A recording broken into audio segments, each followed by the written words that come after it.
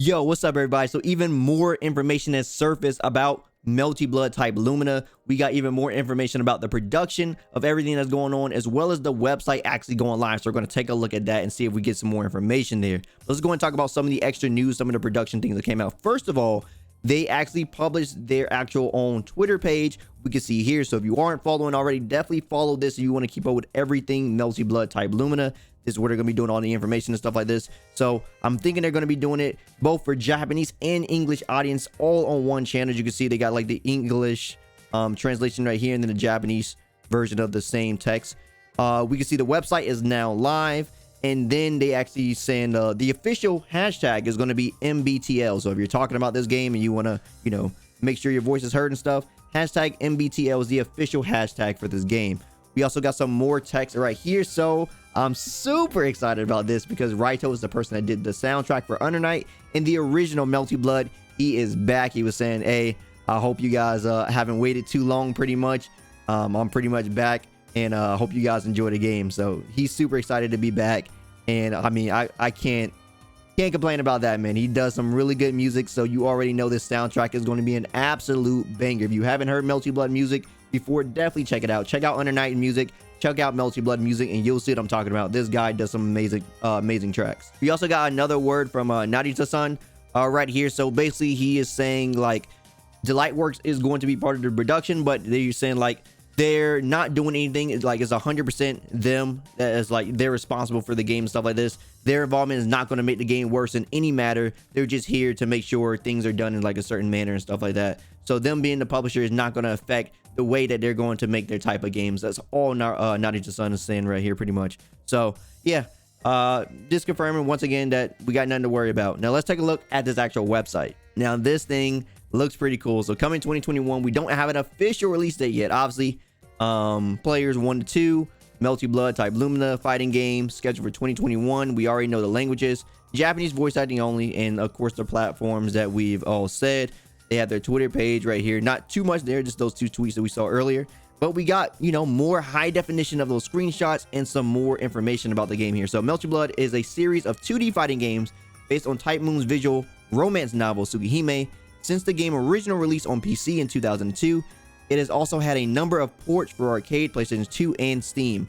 Now at long last, the Melty Blood series is making its way to PlayStation 4, Nintendo Switch, and Xbox One in 2021 in the form of Melty Blood Type Lumina. We can see these screenshots right here in a lot more higher quality than the scans before. So we can start to see a little what's going on here. Once again, looks very good, man. I really do like these new designs of these characters. These stages look nice. Everything just looks amazing, man. No, the versus screen once again. So once again, for people who don't remember, we're going to have about 10 plus characters with color edits and stuff. Every character is going to have like 10 other things. This is showing off the rapid beat. So right here, we can see the rapid beat did 4 hits. So remember we were talking about the rapid beats. It's probably something we're not going to have to worry about too much. Is the auto combo system. You can see it didn't really do that much damage. I'm pretty sure once it says rapid beat, that's probably like the end of the combo. If he had meter, which he does, it's probably going to do a super at the end. I don't know if this is doing the super animation. It has a cut in, so this is probably the super animation right here. So once again, not doing too much damage. You could probably definitely do more damage than that doing your own combo. 4-hit combo for a rapid beat, not too crazy. It's talking about system right here. So stylish and dynamic battles with easy controls. The battle system has rebuilt from the ground up, but still retains Melty Blood spirit. This new system employs combination attacks that can easily be performed through repeated button pressing, allowing players who may be less familiar with fighting games to enjoy exhilarating battles. However, the essence of the previous games have been preserved, so longtime fans can still enjoy their favorite parts of the series with an updated system and all new action. Experience deeper gameplay and more intense battles in this rebirth of a classic. Now, once again, I'll put this down in the link description below so you guys can check out the website yourself. We're just going over everything. More to staff stuff. So Kinoko, Natsu is doing the story. So pretty much all the main Type Moon guys here. Original story, Kinoko.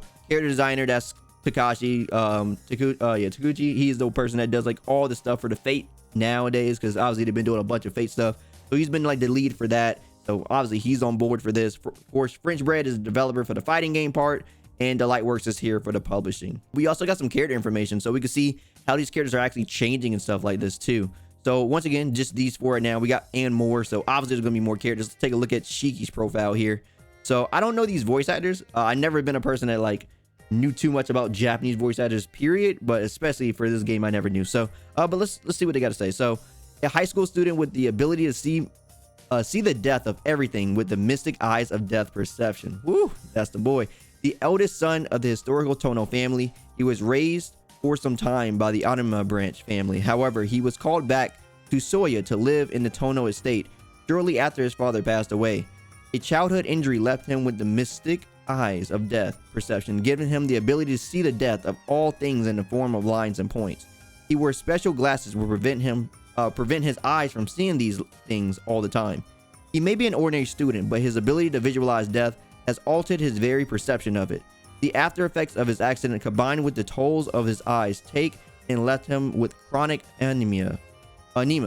During battle, he removes his glasses to use his mystic eyes of death perception. So obviously that's how I do it. And we got screenshots of things that say, so it's like when an ominous moon, if I let my guard down, I'll see the lines everywhere. Oh yeah, you can move it over. So more screenshots of him actually fighting. Some of the ones we already seen before and stuff. He looks pretty cool though. I like his new design, man. It looks very good. Once again, there's that half moon on Arcade we can see once again. So, you know, just letting us know that these moons are still in the game.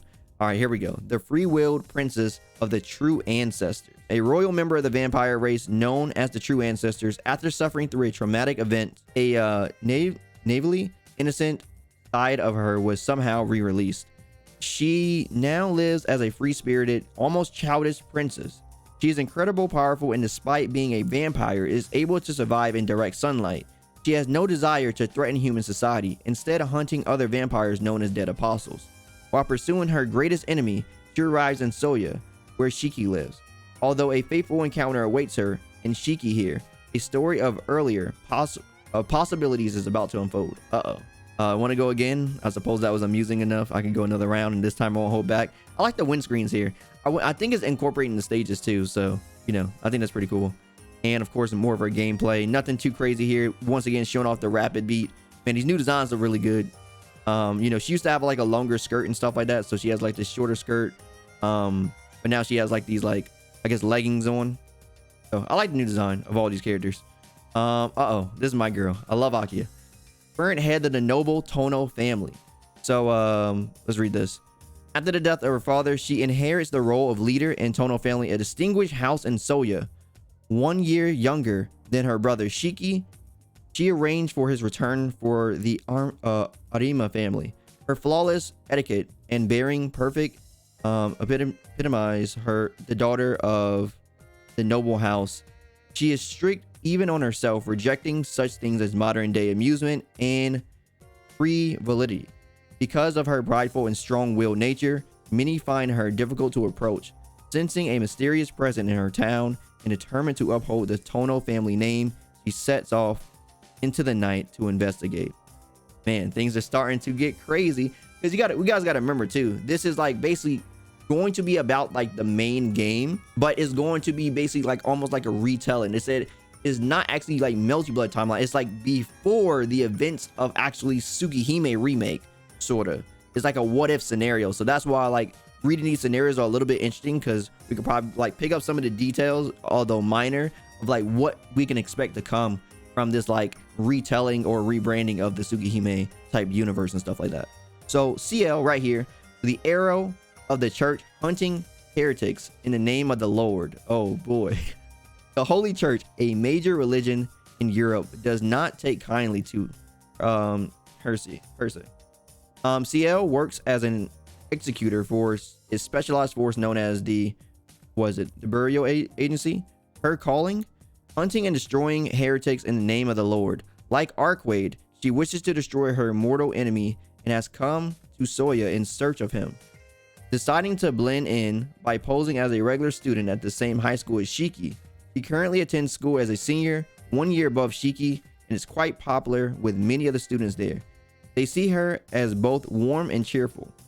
Her go-to lunch from the school shop is curry bread, and her favorite restaurant serves as the best curry in town. So she's not what she appears to be. She acting like this like school student. We can see like some of this menacingness right here. This little like smile. Look what she's saying though. Like that smile's not there for nothing. Try not to let your guard down, or I might just rip out that slender throat of yours. Like, whoo, come on now.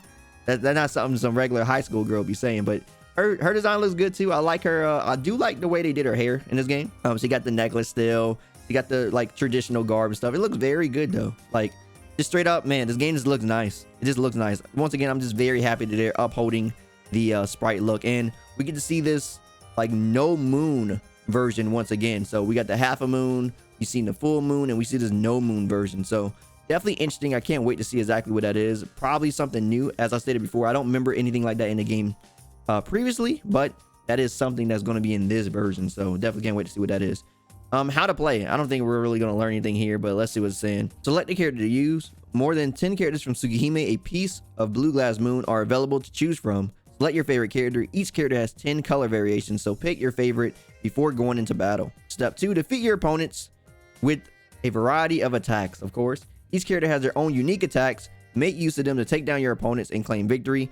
This new system employs powerful combination attacks known as rapid beats that are once again talking about the auto combo that can easily be performed by repeatedly pressing the attack button, allowing even players who may less familiar with fighting games to enjoy exhilarating battles. And step 3, enjoy characters. Each character has their own story to enjoy. Enter the single player story mode to play as your favorite characters as you fight your way through their own unique narratives, all written by the amazing Hinoko Natsu. Looking for something else? Try beating your fastest fight in time attack mode so you can see how many battles you can endure before your limited health runs out in survival mode. So they're basically talking about all the single player modes. I'm pretty much certain that's probably going to be like the gist of single player. I wonder if they're going to do an actual story. So if you guys don't know much about the original Melty Blood, the original Melty Blood pretty much had like an actual story mode into it, but then actually fighting games came along, it just became like an arcade mode, and each character in arcade mode had, you know, like their own separate story, like a typical arcade mode you'll see in a fighting game nowadays. But the first one, the original Melty Blood, was a legit visual novel with fighting game elements, and that's what like hit it off. People were like, what? A visual novel with fighting game elements? And like it just sort of hit off. And then after that, they just kept making more and more and more and more, and that's how Melty Blood came to be.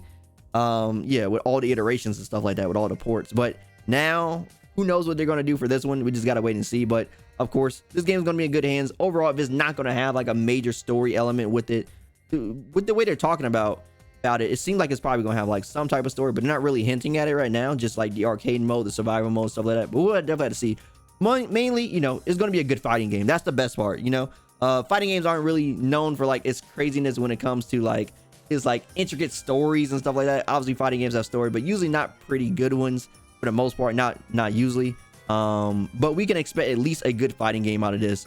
The system mechanics so far sound pretty interesting, or look pretty interesting, is what we can see that they're changing things. Obviously they're trying to keep the core there, so obviously the shields are going to be there, the blood heat and stuff like that, keeping the aerial combat as they stated.